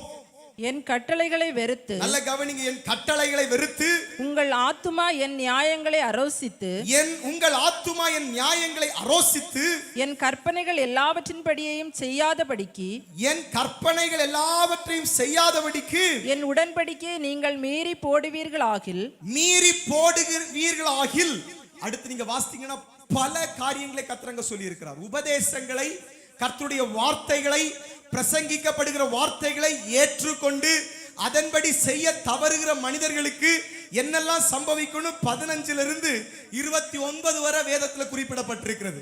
30வது வசனம் இப்படி சொல்லுகிறது, நான் உங்கள் மேடைகளை அழித்து, இப்படிப்பட்ட மனிதர்களுடைய மேடைகளை அழித்து, உங்க விக்கிரக சிலைகளை நீர்த்துளியாக்கி, உங்கள் உடல்களை உங்கள் நரகலான தேவர்களுடைய உடல்கள் மேல் ஏற்றுவேன், என் ஆத்துமா உங்களை அரோசிக்கும் என்று வேதம் சொல்லுகிறது. கைகளை உயர்த்தி ஒரு ஆமீன் சொல்லுங்க பார்க்கலாம். நம்முடைய ஆத்துமா விலையேற பெற்றது. நம்முடைய ஆத்துமா வீணாகி போயிடக்கூடாது. போதனைகளை கேட்டு அப்படியே நம்ம போயிடக்கூடாது. ஒவ்வொரு வாரமும் ஆலயத்துக்கு வர்றோம், ஒவ்வொரு வாரமும் விதவிதமாய் செய்திகளை கேட்டுக்கொண்டிருக்கிறோம். ஒவ்வொரு வாரமும் என்னென்ன செய்யணும் நமக்கு நல்ல தெரியும். நம்ம செய்கிறது தப்புன்னு நமக்கு நல்ல தெரிஞ்சு நீங்க செய்றீங்கன்னா உங்க ஆத்துமா என்ன பண்ணி கொண்டிருக்கிறீங்க? உங்க ஆத்துமாவுக்கு நீங்களே கெடுதி பண்ணி கொண்டிருக்கிறீங்க. உங்க ஆத்துமாவுக்கு நீங்களே கெடுதி பண்ணி கொண்டிருக்கிறீங்க. வேத வாக்கியங்கள் எல்லாம் சில நேரம் உங்களை கடினமாய் பேசுகிறதா இருக்கும். நான் இங்க நின்னு பேசுறேன்னா நான் பேசல, வேதத்துல சொல்லப்பட்டிருக்கிறத நான் என்ன செஞ்சிட்டு இருக்கிறேன்? பேசிட்டு இருக்கிறேன். 2 தீமோத்தேயு 2வது அதிகாரம் அதனுடைய 16 17 வாசிக்க கேட்கலாமா? வேத வாக்கியங்கள் எல்லாம் தேவ ஆவியினால் அருளப்பட்டிருக்கிறது. தேவ ஆவியினால் அருளப்பட்டிருக்கிறது. தேவனுடைய மனுஷன் தேறினவனாகவும், எந்த நற்கிரியையும் செய்ய தகுதியுள்ளவனாகவும் இருக்கும்படியாக. நல்ல கவனிங்க, தேவ வாக்கியங்கள் எல்லாம் தேவ ஆவியால் அருளப்பட்டிருக்கிறது. எதற்காக அருளப்பட்டிருக்கிறது என்றால், தேவனுடைய மனுஷன் தேறினவனாய் நிற்க வேண்டுமா? இங்க இருக்கிற நீங்களும் நானும் தேறினவனாய் நிற்பதற்காக வேத வாக்கியங்கள் கொடுக்கப்பட்டிருக்கிறது. சந்தோஷமாய் உள்ளவங்க மாத்திரம் கைகளை தட்டி உற்சாகமாய் ஆண்டவரை மகிமைப்படுத்துக பார்க்கலாம். நீங்களும் நானும் தேறினவனாய் காணப்படுவதற்காக வேத வாக்கியங்கள் கொடுக்கப்பட்டிருக்கிறது. அடுத்து, எந்த நற்கிரியை செய்ய தகுதி உள்ளவனாய் நாம் மாற்றப்படுவதற்கு வேத வசனங்கள் கொடுக்கப்பட்டிருக்கிறது. ஒரு அல்லேலூயா சொல்லுங்க பார்க்கலாம். ஹல்லேலூயா. தேவ வாக்கியங்கள் ஆமென் நாம் தேறினவர்களாய் மாற்றப்படுவதற்காக கொடுக்கப்பட்டிருக்கிறது. இரண்டாவது, அது நற்கிரியை செய்ய நம்மை தகுதியுள்ளவனாய் மாற்றுவதற்காக கொடுக்கப்பட்டிருக்கிறது.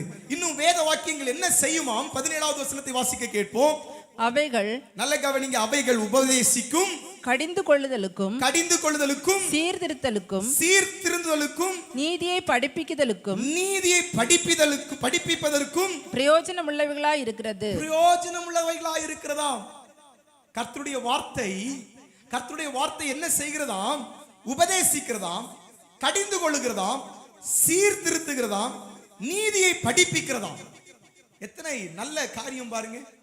அடிக்கடி கர்த்தருடைய வார்த்தை வரும்போது நமக்கு மனசு கஷ்டமா இருக்கு. ஏன் கஷ்டமா இருக்குன்னா, அது நிறைய நேரத்தில் என்ன செய்யுது? கடிந்து கொள்ளுகிறது. நாங்க கடிந்து கொள்ளணும்னு விரும்பி கடிந்து கொள்ளல, வசனம் கடிந்து கொள்ளதான் செய்யும். புரிந்தவங்க கைகளை உயர்த்துறாமேன்னு சொல்லுங்க பார்க்கலாம். அடுத்து, வசனம் உபதேசிக்கதான் செய்யும், வசனம் சீர்திருந்த பண்ணும், வசனம் நீதியை படிப்பிக்க பண்ணும். ஹல்லேலூயா. இவ்வளவு காரியத்தையும் ஏற்க மனதுள்ளவர்களுடைய ஆத்துமா பிழைக்கும். கைகளை உயர்த்தி ஹல்லேலூயா. என்னுடைய ஆத்துமா பிழைக்க வேண்டும், என்னுடைய ஆத்துமா பரலோகத்திற்குள் வர வேண்டும் என்று விரும்புகிற தேவனுடைய பிள்ளைகள் ஆமென், கர்த்தருடைய வார்த்தைகளை, போதனைகளை ஏற்றுக்கொள்கிற மனம் உங்களுக்குள் இருக்க வேண்டும். யார் பேசுறாங்கன்னு முக்கியம் இல்ல பாருங்க. யார் பேசுறாங்க முக்கியம் இல்ல, பேசுறவங்க என்ன பேசுறாங்கன்னு முக்கியம் இல்ல. வேதத்தின் அடிப்படையில் பேசினாங்கன்னா அதை ஏற்றுக்கொள்ள வேண்டியது உங்க மேல விழுந்த கடமை, என் மேல விழுந்த கடமை. புரிந்தவங்க மாத்திரம் கைகளை உயர்த்தி ஒரு ஆமேன்னு சொல்லுங்க பார்க்கலாம். வேத வாக்கியங்களை கற்றுக்கொண்டு அதன்படி நடக்கிற உங்க ஆத்துமா என்ன செய்யும்? பிழைக்கும். ஹல்லேலூயா.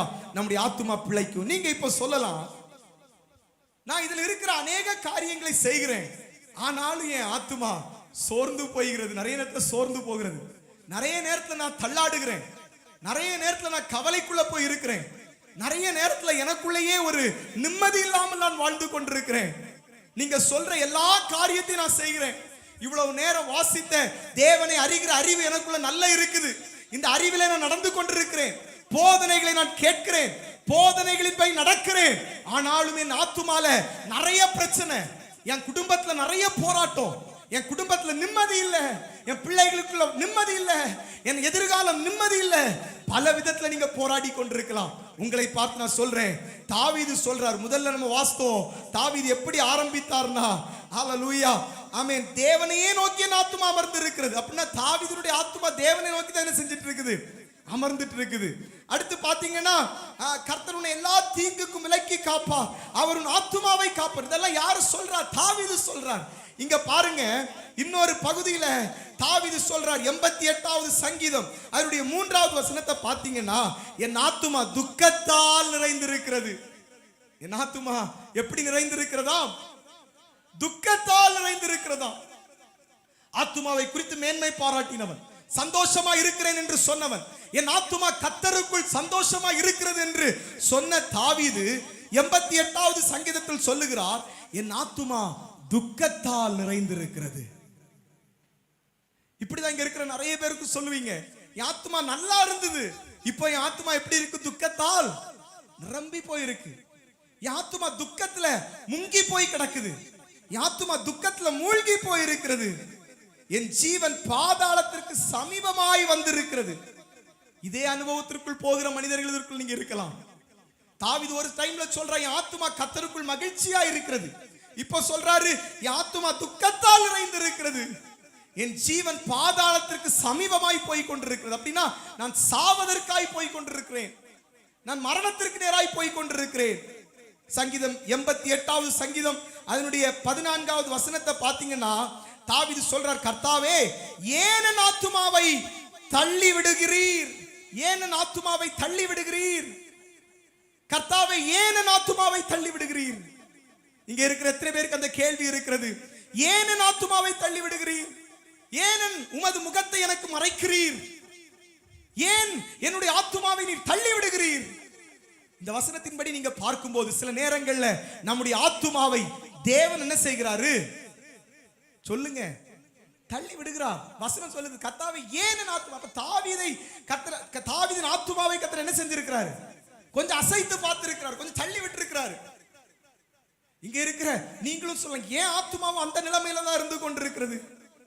தாவீது அதற்கு பின்பு சொல்றாரு பாருங்க, 15வது வசனத்திலிருந்து 18வது வசனம் வரை, சிறு வயது முதல் நான் சிறுமைப்பட்டவனும் மாண்டு போகிறவருமாய் இருக்கிறேன். உம்மால் வரும் திகில் என்மேல் சுமந்திருக்கிறது, நான் மனம் கலங்குகிறேன். உம்முடைய எரிச்சல் என்மேல் புரண்டு போகிறது, உம்முடைய பயங்கள் என்னை அதம் பண்ணுகிறது. அவைகள் நாடோறும் தண்ணீரை போல என்னை சூழ்ந்து ஏகமாய் என்னை வளைந்து கொள்ளுகிறது. கடைசியில 18வது வசனம் பாருங்க, சிநேகிதனையும் தோழனையும் எனக்கு தூரமாய் விலக்கினீர்.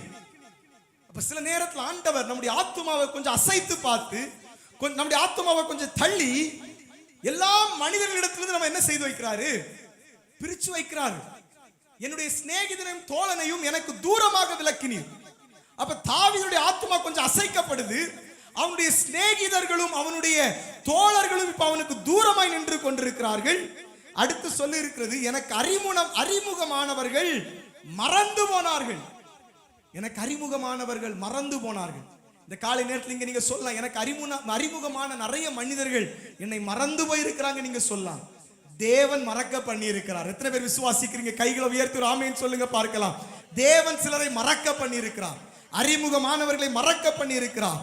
இதே சூழ்நிலைக்குள்ளாக தான் யோபு 1வது அதிகாரம் 1வது வசனத்தை ஒரு விசை வாசிக்க கேட்போம். யோபு 1:1. ஊத்ஸ் தேசத்திலே யோபு என்னும் பெயர் கொண்ட ஒரு மனுஷன் இருந்தான். யோபு என்று பெயர் கொண்ட ஒரு மனுஷன் இருந்தான். அந்த மனுஷன் உத்தமனும் சன்மார்க்கனும் தேவனுக்கு பயந்து பொல்லாப்புக்கு விலகுறவனுமாய் இருந்தான். அந்த மனுஷன் எப்படிப்பட்டவனாய் இருந்தானா? தேவனுக்கு பயப்படுகிற மனுஷன். அந்த மனுஷன் உத்தமனாய் இருந்திருக்கிறான். அந்த மனுஷன் சன்மார்க்கனாய் இருந்திருக்கிறான். அந்த மனுஷன் தேவனுக்கு பயந்து பொல்லாப்புக்கு விலகிறவனாய் இருந்திருக்கிறான். தேவனை அறிந்திருந்திருக்கிறான். தேவனை அறிய வேண்டிய விதத்தில் அறிந்திருந்திருக்கிறான். அவனுக்குள் திவ்ய சுவாபம் இருந்திருக்கிறது. இவ்வளவு நல்ல மனுஷன், இந்த மனுஷனுடைய வாழ்க்கையை பாருங்க. யோபு 6:4 அந்த வசனத்தை வாசிக்க கேட்போம். யோபு 6:4 வசனத்தை வாசிக்க கேட்போம். சர்வ வல்லவரின் அம்புகள் எனக்குள் தைத்திருக்கிறது. இவ்வளவு நல்ல மனுஷன், தேவனுக்கு பயப்படுகிற மனுஷன், கர்த்தரை அறிகிற அறிவில் வளருகிற மனுஷன், போதனையை ஏற்றுக்கொள்கிற மனுஷன், அவனுடைய வாழ்க்கையில் பாருங்க, சர்வ வல்லவரின் அம்புகள் எனக்குள் தைத்திருக்கிறது. அவைகளின் விஷம் என் உயிரை குடிக்கிறது. அவைகளின் விஷம் என் உயிரை குடிக்கிறது. தேவனால் உண்டாகும் பயங்கரங்கள், தேவனால் உண்டாகும் பயங்கரங்கள் எனக்கு முன்பாக அணி அணியாய் நிற்கிறது. எனக்கு முன்பாக அணி அணியாய் நிற்கிறதா. நல்ல ஆத்துமா இந்த யோபு, தேவனுக்கு பயப்படுகிற ஆத்துமா. இப்ப தேவனுடைய சேனை இவனுக்கு முன்பாக எப்படி இருக்கிறதாம்? அணி அணியாய் நின்று கொண்டிருக்கிறதாம். அப்ப சில நேரங்களில் தேவன் நம்மை சோதிக்கிறார், சில நேரங்களில் தேவன் நம்மை புடமிடுகிறார், சில நேரங்களில் தேவன் நம்மை கண்ணீரின் பாதைக்குள் நடத்துகிறார். நீங்க ஒருத்தர் சோர்ந்து போயிடக்கூடாது. யோபு 14வது அதிகாரம் அதனுடைய யோபு 9வது அதிகாரம் அதனுடைய 34வது வசனத்தை வாசிக்க கேட்போம். அவர் தமது மிலாற்றை என்னை விட்டு அகற்றுவாராக, அவருடைய பயங்கரம் என்னை கலங்க பண்ணாதிருப்பதாக. அப்படின்னா யோபு அவ்வளவு பாதிக்கப்பட்டிருக்கிறான், ஒடுக்கப்பட்டிருக்கிறான். தேவனை நேசிக்கிற மனிதன், கர்த்தருடைய போதனையை ஏற்று நடக்கிற மனிதன், கர்த்தரை அறிய வேண்டிய விதத்தில் அறிந்து நடக்கிற மனிதன், அவன் கலங்கி போய் நின்று கொண்டிருக்கிறான். யோபு 16வது அதிகாரம் 14வது வசனத்தை வாசிக்க கேட்போம். நொறுக்குதலின் மேல் நொறுக்குதலை, நல்ல கவனிங்க, நொறுக்குதலின் மேல் நொறுக்குதலை என் மேல் வரப்பண்ணினார். நல்ல கவனிங்க, நொறுக்குதலின் மேல் நொறுக்குதலை என் மேல் வரப்பண்ணினார். இத சொல்றது யாருங்க? நல்ல விசுவாசி, உத்தமமான மனிதன். இந்த யோபு உத்தமனான மனிதன். நான் சொன்னேன் பாத்தீங்களா, ஆத்துமாவை பாதுகாப்பதற்கான நிறைய காரியங்கள், இவை அனைத்தையும் உள் வைத்திருந்த மனிதன். இவனுக்கு வருகிற சோதனையை பாருங்க, நொறுக்குதலின் மேல் நொறுக்குதல். இந்த சபையில் இன்றைக்கு ஆராதித்துக் கொண்டிருக்கிற நீங்களும் சொல்லலாம், நொறுக்குதலின் மேல் நொறுக்குதலை நான் அனுபவித்துக் கொண்டிருக்கிறேன், உண்மையாயிருந்து கொண்டிருக்கிறேன். நீங்க வாசித்த அனைத்தையும் நான் கடைபிடித்துக் கொண்டிருக்கிறேன், தேவனை அறிய வேண்டிய விதத்தில் நான் அறிந்திருக்கிறேன். ஆமென். கர்த்தருடைய போதனைகளை நான் கை கொண்டு நடக்கிறேன். ஆனால் நொறுக்குதலின் மேல் நொறுக்குதலுக்குள்ளாய் என் வாழ்க்கை போய் கொண்டிருக்கிறது என்று இந்த காலை நேரத்தில் நீங்க சொல்றீங்களா? அடுத்து பாருங்க, பராக்கிரமசாலியை போல் என் மேல் பாய்ந்தான். பராக்கிரமசாலி போல் என் மேல் பாய்ந்தான். அவன் அவ்வளவாய் துன்பப்படுத்தப்படுகிறான். 13வது வசனம், என் சகோதரன் என்னை விட்டு தூரம் பண்ணினார். என் சகோதரன் என்னை விட்டு தூரம் போக பண்ணினார். 13வது வசனத்தில் சொல்லப்பட்டிருக்கிறது, என் சகோதரரை என்னை விட்டு தூரப்படுத்தினார். எனக்கு அறிமுகமானவர்கள் எனக்கு அந்நியனாய் போனார்கள். யோபு 19:13வது வசனத்தை நான் சொல்லிக் கொண்டிருக்கிறேன். என் சகோதரரை என்னை விட்டு தூரப்படுத்தினார், எனக்கு அறிமுகமானவர்கள் எனக்கு அந்நியனாய் போனார்கள். நிறைய பேருக்கு கவலையே என்னதான்? இதுதான். என்ன நல்லா தெரிஞ்சவங்க, என்கிட்ட நல்லா இருந்தவங்க, என்ன நல்லா நேசித்தவங்க, இன்னைக்கு அந்நியரை போல என்னை பார்த்து கொண்டிருக்கிறாங்க. இன்னைக்கு என் மேல ஒரு அன்பு இல்லாம இருந்து கொண்டிருக்கிறாங்க. இதெல்லாம் தேவன் பண்ணுகிறது பாருங்க. அறிமுகமானவர்கள் எனக்கு அந்நியராய் போனார்கள். சகோதரர் என்னை விட்டு தூரப்படுத்தினார். ஆண்டவரே சில நேரத்தில் என்ன பண்றாருன்னா, சகோதரரை நம்ம விட்டு என்ன பண்றாரு சொல்லுங்க? என்ன பண்றாரு? தூரப்படுத்துறாரு. கேள்வி கேட்க உங்களுக்கு அதிகாரம் கிடையாது. நீங்க கர்த்தரை அறிய வேண்டிய விதத்தில் அறிந்து அவருடைய ஆலோசனை போதனையும் கேட்டு வாழ்கிற உங்க வாழ்க்கையில நான் சொன்ன காரியங்கள் எல்லாம் உங்க வாழ்க்கையில நடந்து கொண்டிருக்கிறது என்றால் நீங்க சந்தோஷப்பட வேண்டும், நீங்கள் மகிழ்ச்சியா இருக்க வேண்டும். அறிமுகமானவர்கள் உங்களுக்கு தூரமாய் போகிறார்களா? உங்க சகோதரர்கள் உங்களை விட்டு தூரமாய் போறார்களா?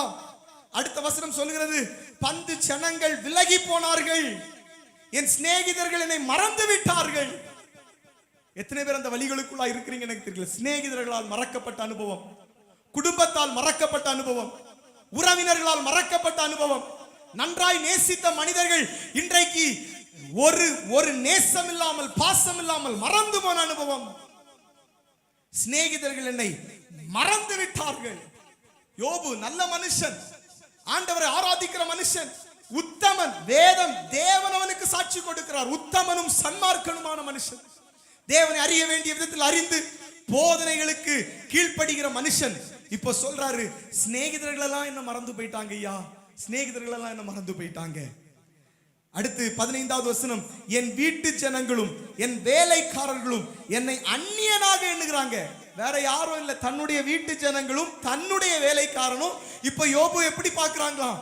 அந்நியனாய் பார்க்கறாங்களாம். எவ்வளவு கஷ்டம் பாருங்க. பயங்கர மரியாதையோடு இருந்தவன், பயங்கர செல்வாக்கோடு இருந்தவன், இன்றைக்கு வேலைக்காரங்க கூட அவனை மதிக்கல, வீட்டு ஜனங்கள் அவனை மதிக்கல. என்னை அந்நியனாக எண்ணுகிறார்கள், அவர்கள் பார்வைக்கு நான் பரதேசியானே. வேலைக்காரர்களுக்கு பார்வைக்கு இப்ப யோபு எப்படி இருக்கிறாராம்? பரதேசியா இருக்கிறாராம். குடும்ப ஜனங்களுடைய பார்வையில இப்ப யோபு எப்படி இருக்கிறாராம்? பரதேசியா இருக்கிறாராம். ஒருவேளை நீங்களும் சொல்லலாம், என் குடும்பத்திற்கு முன்பாக நான் பரதேசியை போல நின்று கொண்டிருக்கிறேன், என் உறவினர்களுக்கு முன்பாக நான் பரதேசியை போல நின்று கொண்டிருக்கிறேன், என் சகோதரர்களுக்கு முன்பாக நான் பரதேசியை போல நின்று கொண்டிருக்கிறேன். வீட்டு ஜனங்களும் வேலைக்காரர்களும் அந்நியனாக எண்ணுகிறது மட்டும் இல்ல, அவர்கள் பார்வைக்கு பரதேசிகளாய் யோபு நின்று கொண்டிருக்கிறான். அடுத்து பாருங்க 16வது வசனம், நான் என் வேலைக்காரனை கூப்பிடுகிற போது அவன் எனக்கு உத்தரவு கொடான். ஒரு நாட்களுக்கு முன்பாக வர வேலைக்காரனை வானா வருவான், போனா போவான், இவ்வளவு செல்வாக்கா இருந்த மனுஷன் இப்ப வேலைக்காரன் இவன் என்ன செய்யலையா? இவன் சொல்றதை கேட்கல, இவன் சொல்ற எதையுமே கேட்கல. நான் அவனை கெஞ்ச வேண்டியதாயிற்று. வேலைக்காரங்கள்ட்ட என்ன செய்ய வேண்டியதாயிட்டான்? யோபுக்கு நிலைமை எவ்வளவு பரிதாபத்துக்குரிய நிலைமை. கொஞ்சம் யோசித்து பாருங்க, யோபுடைய வாழ்க்கையில் இருந்த குணங்கள் நம்முடைய வாழ்க்கையில் இருக்குதா? யோபு உத்தமன், சன்மார்க்கன், ஆனா அவன் வாழ்க்கையில பாருங்க, அவன் பரதேசியை போல இருக்கிறான். வசனம் சொல்லுகிறது, கெஞ்ச வேண்டியதாயிற்று, என் வாயினால் வேலைக்காரர்களை பார்த்து கெஞ்ச வேண்டியதாயிற்று. எவ்வளவு புடமிடப்படுகிறான்.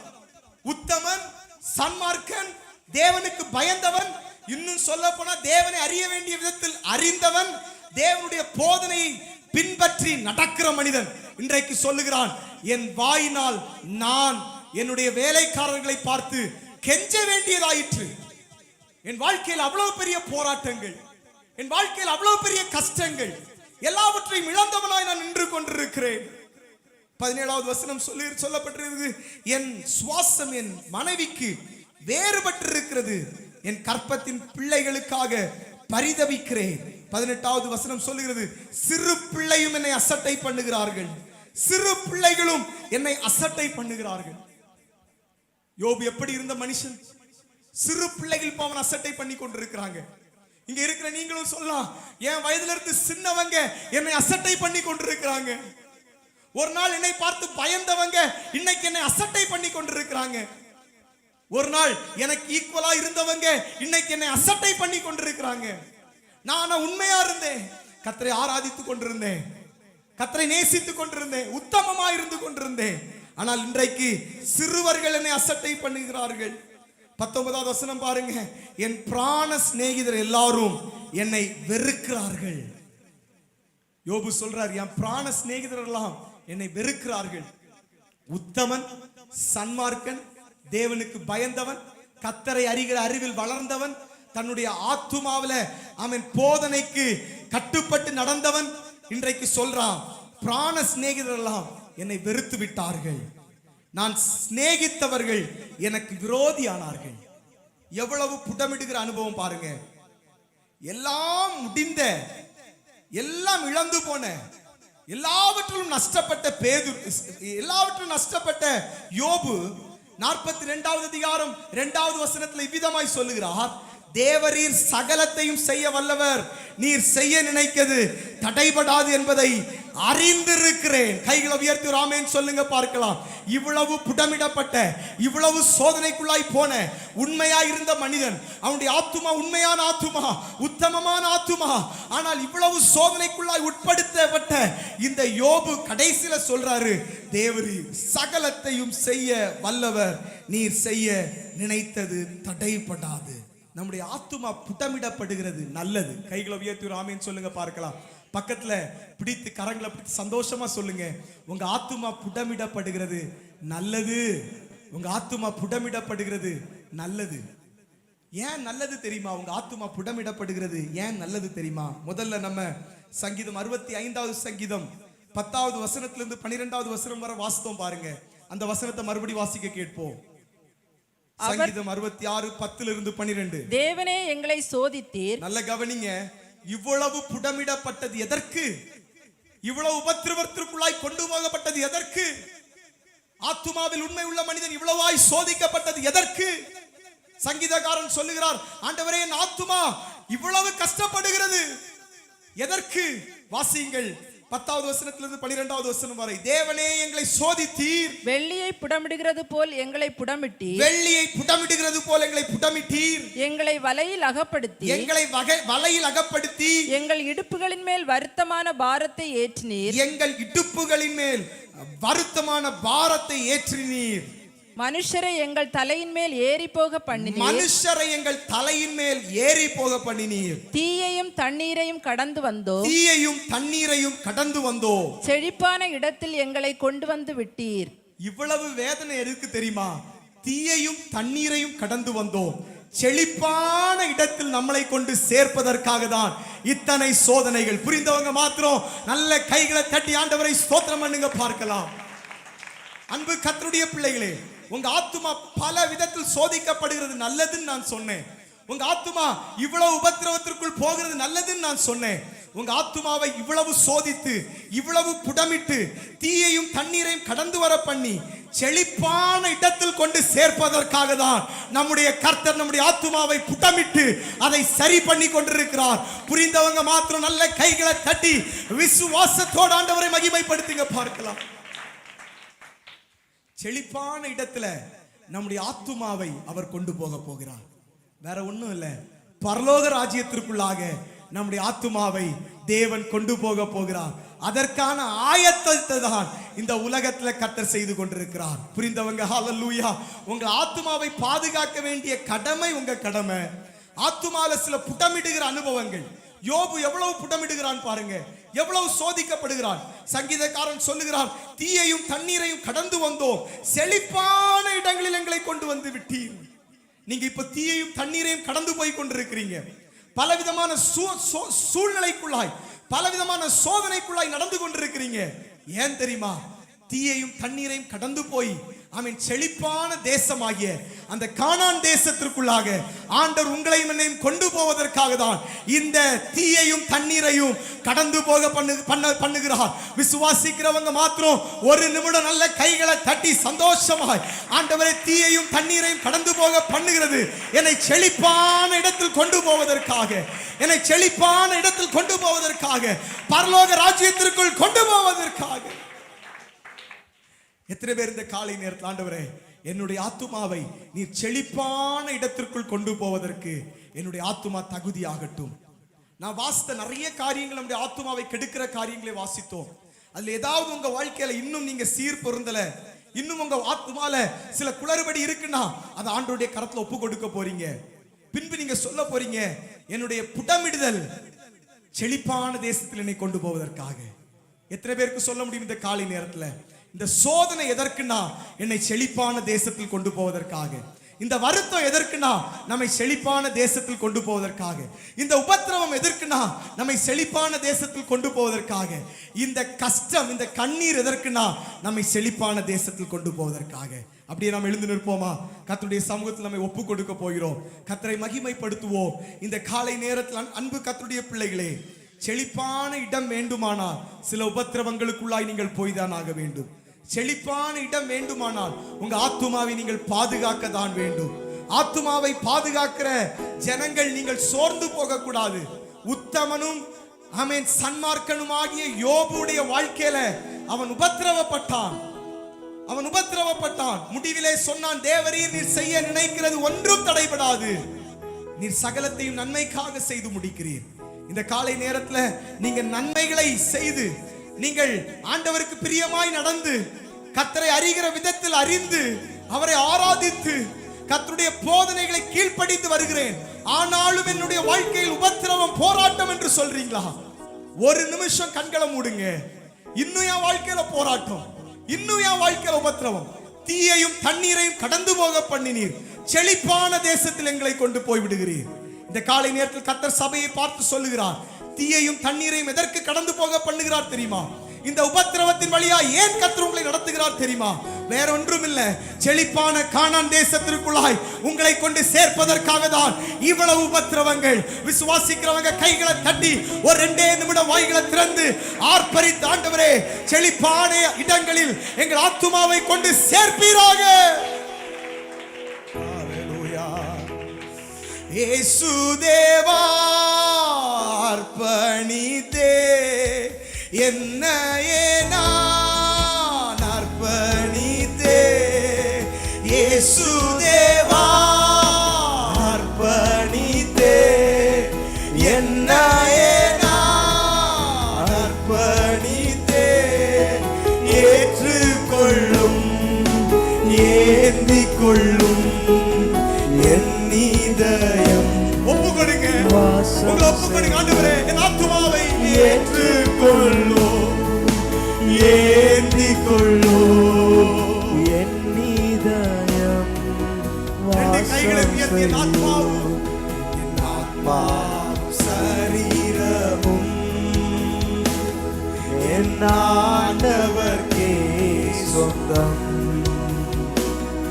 இனி வாழ்வது நான் அல்ல, என்னிலே இயேசு வாழ்கிறார். 2 கைகளை உயர்த்தி என் ஆத்மாவும் சரீரமும் ஆத்மாவும் சரீரம் என் ஆண்டவருக்கே சொந்தம்.